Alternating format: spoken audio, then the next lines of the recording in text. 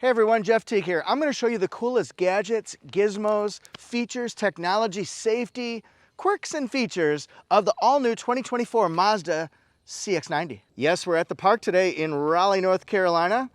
First feature, 3,500 pound tow capacity.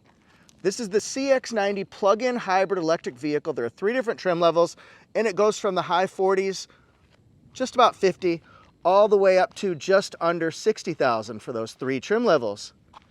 You can plug it in. You can charge it. Yes, that's part of the cool gadgets. How do you like the styling so far? First gadget, let's go behind the liftgate. In the cargo area, we've got this right here, 1,500. That's right, 1,500 watts. So you can plug in, well, pretty much anything you can imagine. I could plug in a microwave here, cook some popcorn. So could you camp in this overnight for the weekend? Yeah, you probably could actually. Got our 12-volt circular right here. But what's even more significant is the fact that there's not just one, but there are 2 1,500 watt plugs, just in case one was not enough.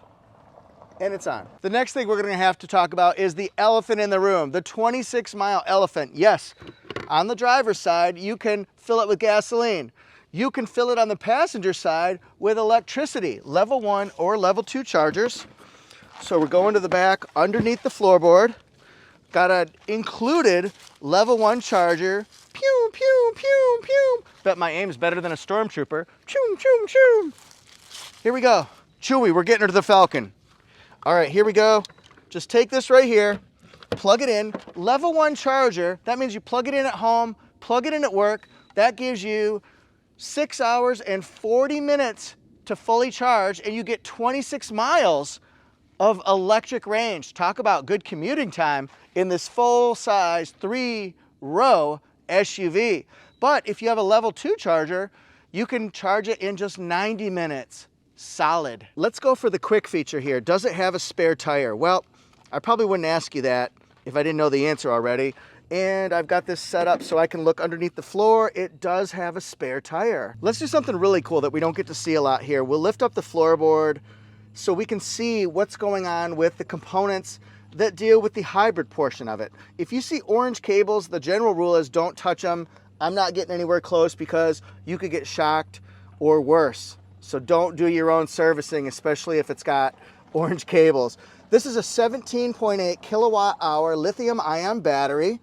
That's nice. Then we've got a 68 kilowatt electric motor that goes with the 2.5 liter 4-cylinder engine to give you 363 horsepower. With premium gasoline, this is gonna give you 323 horsepower and 369 pound-feet of torque. We're gonna match this one with an 8-speed automatic transmission. This also has rear-based I-active all-wheel drive. Best traction for all sorts of surfaces. I'm gonna show you the drive modes too that you can use. I like not having a prop rod, just having the lifts. That's nice.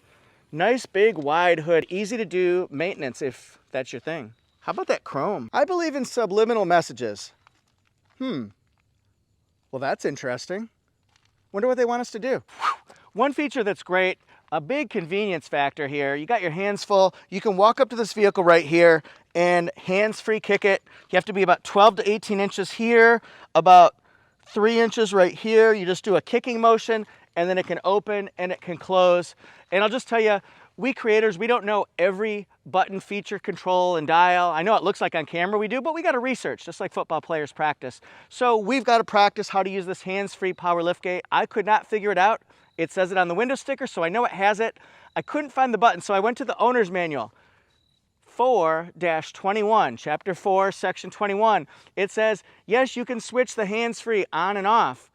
There's a button, but it says refer to the owner's manual on how to do that. I'm in the owner's manual. Couldn't figure that one out. And as my friend Jerry would say, what's the deal with that? I review a lot of cars here and I open up a lot of second row doors once I get it started. Ugh. Blooper. I review a lot of cars for my channel and I open up a lot of second rows. This one's impressive. Look at this. It opens up almost 90 degrees, making it easy to load children, bags, goodies, all that stuff right in here. Woo! jump right in. That's huge. Another thing I like is it's relatively easy to get to the third row. Just like this, I got in. Can I get out? Yep. Boom. The other thing that's nice in this third row is the ability to get in easily and get enough legroom. You can adjust these seats however you want to. They can slide forward and back, so that's nice. I've got good headroom right here. I'm 5'8". I wish I was taller so I could show you what a fully matured giraffe or maybe a beanstalk would fit in. That kind of thing. That would be important to know. But we can adjust it like this. And now look, I have tons of legroom, so you can adjust it forward and backward however you want. So look at here, the seats are very comfortable. This is Napa leather that they use in this particular one. Very nice here. We got USB-Cs, good cup holder space, we got tie downs, and you've got air vents right here so you can get comfortable doing whatever you want in the back seat. There's lots and lots of space and equipment. And here's an example of how I look in this particular one. Pet, pet, pet. How about second row sunshades? Pop that on, clip it in, boom. Plug it in, plug it in. So that way it keeps the sun out of people's faces, especially small children who can't adjust to keep that sun out. That's a good feature. Adjust the second row seat forward, even more, and backward. So it's got good slide length, just like that. And I can recline this far. It'd be nice if it could go a little bit further, but that's good. And I got a walkway. That's right. You can use this walkway right here to get to the back. I might put these down like that or like that to adjust it. And I get a cup holder. Woohoo! That's nice. A tray table. Your tray table's ready, Your Highness. All right, we've got pockets and we've got rear air vents, including rear heated seats. Holla, that's great. That's really nice. Woo, I like that. Good feature. Very comfortable seats. How about bottles? Yeah, you could fit 1, 2, 3 bottles. This also has the Bose sound system. That's right. Let's get on in a little bit closer here. Bose sound. It's got 12 Bose speakers, and Bose is known for having crystal clear sound. Very impressive. I also like the panoramic. Boy, look at those leaves. That looks beautiful. I know some places are more brilliant, but in North Carolina, we'll take what we can get. It's good enough. Does this open all the way? This is something that I would say is room for improvement, because a lot of moonroofs, if you push the button again, it'll open a little bit more, but this one only opens just a little bit more than halfway for the front part of it. I would like to see more. By the way, really good visibility out the sides. And if you put those headrests back, good out the back. And then, oh, beautiful for spacious skies.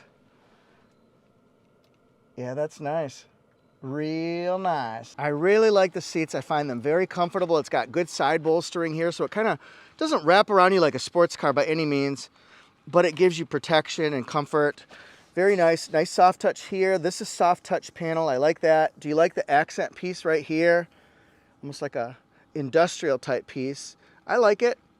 The silver looks good. It actually breaks up an all black interior. So does the gold accent stitching. This is two-way lumbar support, so it goes in and out. You can go up, down, and look at the seat operation. It happens pretty quickly. So I think that's a benefit as well. Here in the center console, you can put a parking pass. You can also look at your, oh, that matches the side panel. The command module, the dial right here, that's the traditional Mazda system. So you can operate just like this, and you can go through your information that you want to see on the vehicle, go up, down, all that jazz, but you have to learn how to use the dial. So that's something I've never really gotten used to. I wish it was touchscreen. Well, then I say let's put it in touchscreen. So we're going to take this dial, push it over to the right, because we want to get over to the green lit up Apple CarPlay. Oh, and now, oh yeah, I like that a lot. So now I've got touchscreen. Very cool stuff. Alive and kicking. Pretty cool stuff, right? Swipe, swipe, boom. we've got touchscreen. Apple CarPlay and Android Auto are wireless, and that's how you do the touchscreen. Down here by the shifter, this is where we get our different drive modes. It says MI Drive. Yes, that's right, MI Drive, and we just kind of tweak this, and then on the digital 12.3-inch screen, we get the different drive modes. So we can do EV, I've got 4 miles left of those 26. Off-road, maybe I'd use it today in the park. Saturday in the park. I think it was the 4th of July. 3,500 pound tow capacity. If you get the all gasoline one, then you can get 5,000 pound tow capacity. And this one right here, this is the charge mode button. So you can actually charge it. It can send more electric miles as it builds it up while you're driving. I'm gonna push it. There we go.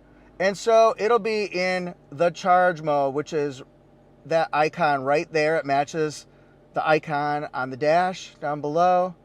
So that's what we do, and you could build up those miles over time. It does consume a little bit more fuel. This is kind of interesting. Look at this. This is the electric charge, so that's how close it is to empty, and that's my gasoline. I can go 160 miles total, including gasoline and electric, and I got 4 miles there. And so here, can tell you if you're in the lower section, that's when you're going to be charging more, like slowing down, things like that. High power, that'll accelerate you faster. So that's just something that you want to look at here. But the charge mode, that's really good because then you're using less fuel. And we got to tell you that it has heated steering wheel. Remember, we got heated seats in the back, and then we've got heated and cooled seats right here. This is a little quirky feature, as Doug DeMuro would say. Watch this. If I want the temperature to go up, I push down on the heat. I wish it went like that and like that to go up and down, but it's just something you got to get used to. I get going down here, but I want to go up to get more heat. So that's just a quirky thing for me. Let's test out the horn. There we go. Also, look at this here. We've got parking sensors in the front and the back, and we've got cross traffic alerts in the front and the back. So on this display here, it will tell you that somebody's coming from this side or this side, and then you know it's not clear to turn out into traffic. That's a really good safety feature here. Active driving display. Let's see if we can show this one. It's kind of hidden because where I am, but it shows up right there in just a light neutral color, like a whitish blue, almost white, I guess we can say. And that'll tell you what speed it is, what the speed limit is, what you're doing for your radar cruise control and your lane keep assist. This one does not have lane centering assist, so it won't bounce off the sides and keep you centered in your lane, but it will vibrate if you're outside of your lane or headed to the edge. So that's a good safety feature. I would like to see lane centering. Maybe they can do that on the next go around. Now, what about on this display right here? Well, let's get over to the Mazda portion of things. We'll use the dial for this one. Actually, well, no, we'll use the touchscreen. So we're gonna go over here and do some of our warning features and systems. Go down here to settings, push that. Oh, so look at this. EV settings. So you can set a charging schedule, the charging limit for charging, EV priority mode, driving charge target. Do you want it to go all the way up to 100% charged? Normally you should keep batteries between 20 and 80% for the longest usage. If you plan on keeping it 10, 15, 20 years, then you'll want to charge it maybe only to 80%. And then that's how it kind of gets its guidelines for recharging your target. So let's back out of here and we'll go to some more screens here. But basically you can set up your charging schedule. I like that. And that way, let's say you're somewhere where they do free electric overnight or at other off-peak times. Maybe that's a time when you could charge. In-vehicle displays, this will change your active driving display, which is the head-up display on other manufacturers. That's what they call it. And then the center display. So that would be here. Some things that you would want to see. Ambient display. There's not really ambient lighting to speak of, but there is some down by the footwells that you can get into. The instrument cluster display. So we'll just go through just a few more. Sound settings. That's where you adjust your bass, treble. Safety settings. Going to do driver assistance settings like the radar cruise. Speed limit sign alert. I have this set for 10 miles over. It will alert you and it will go blink, blink, blink, blink. So if the speed limit's 65 and I go 66 and I have it set at 0, it's gonna go blink, blink, blink until you go down below that threshold. So I have mine set at 10. You might have a different one. Safety alerts, collision avoidance, driver attention alert, view monitor, parking sensors. So those are some of the things that you can see. There's a lot that you can do. I don't know what pedal misuse alert is, but I don't want to push it because I don't want to get in trouble with the car. Like, you broke the rules. Navigation system. I like that it goes all the way across this 12.3 inch screen. That's nice. Communication, that's where you set up your phone. Entertainment is where you would set up like FM, AM, Sirius XM. You can also, like I've got Apple Music set up on my phone. If you push a button here, you can do, say, a command. If you hold it down, you can do commands off of your phone. And I could say, shuffle my music, and it'll play all of my music randomized. And then down here, another feature I like is it has the wireless charging, and that goes right here. You can plug in something with 12-volt circular. So those are all cool. And then we'll shut that up. Oh, how big is the glove box? Do you want to know that? Because that would be important. It's pretty darn huge. You can fit a couple bread boxes in there. Maybe a baby Yoda. I do want to show the 360 overhead camera view because this is cool. Look how clear it is. Can you adjust? How do you do that? Do you use the command? You use the command dial to go up. See, I can figure that out. I got that. And then look how clear it is. Really, really clear. Crystal clear, in fact. That's very good imaging. And by the way, it also works in front. Like that. The window sticker specs can show us a lot. Remember I told you about the MPG-E? That's the equivalent of gasoline plus electric. That's 56.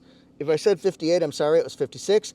25 MPG if you just use it in gasoline form. You can go 26 miles on one electric charge, and if you look down here, get that into focus, the car shows 490 miles that it can go on one electric charge.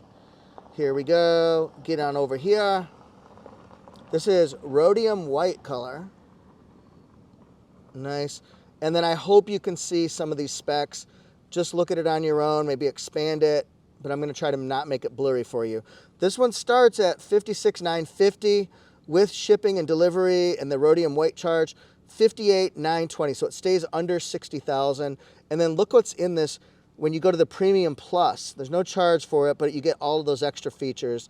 A lot of goods. Thanks everybody so much for watching. Remember, the name of the game with AutoJeff Reviews and my philosophy, I just like to have fun, so you'll see a lot of pop culture references mixed into very thorough reviews. Thanks guys so much. AutoJeff Reviews, Instagram, TikTok, YouTube, and Facebook.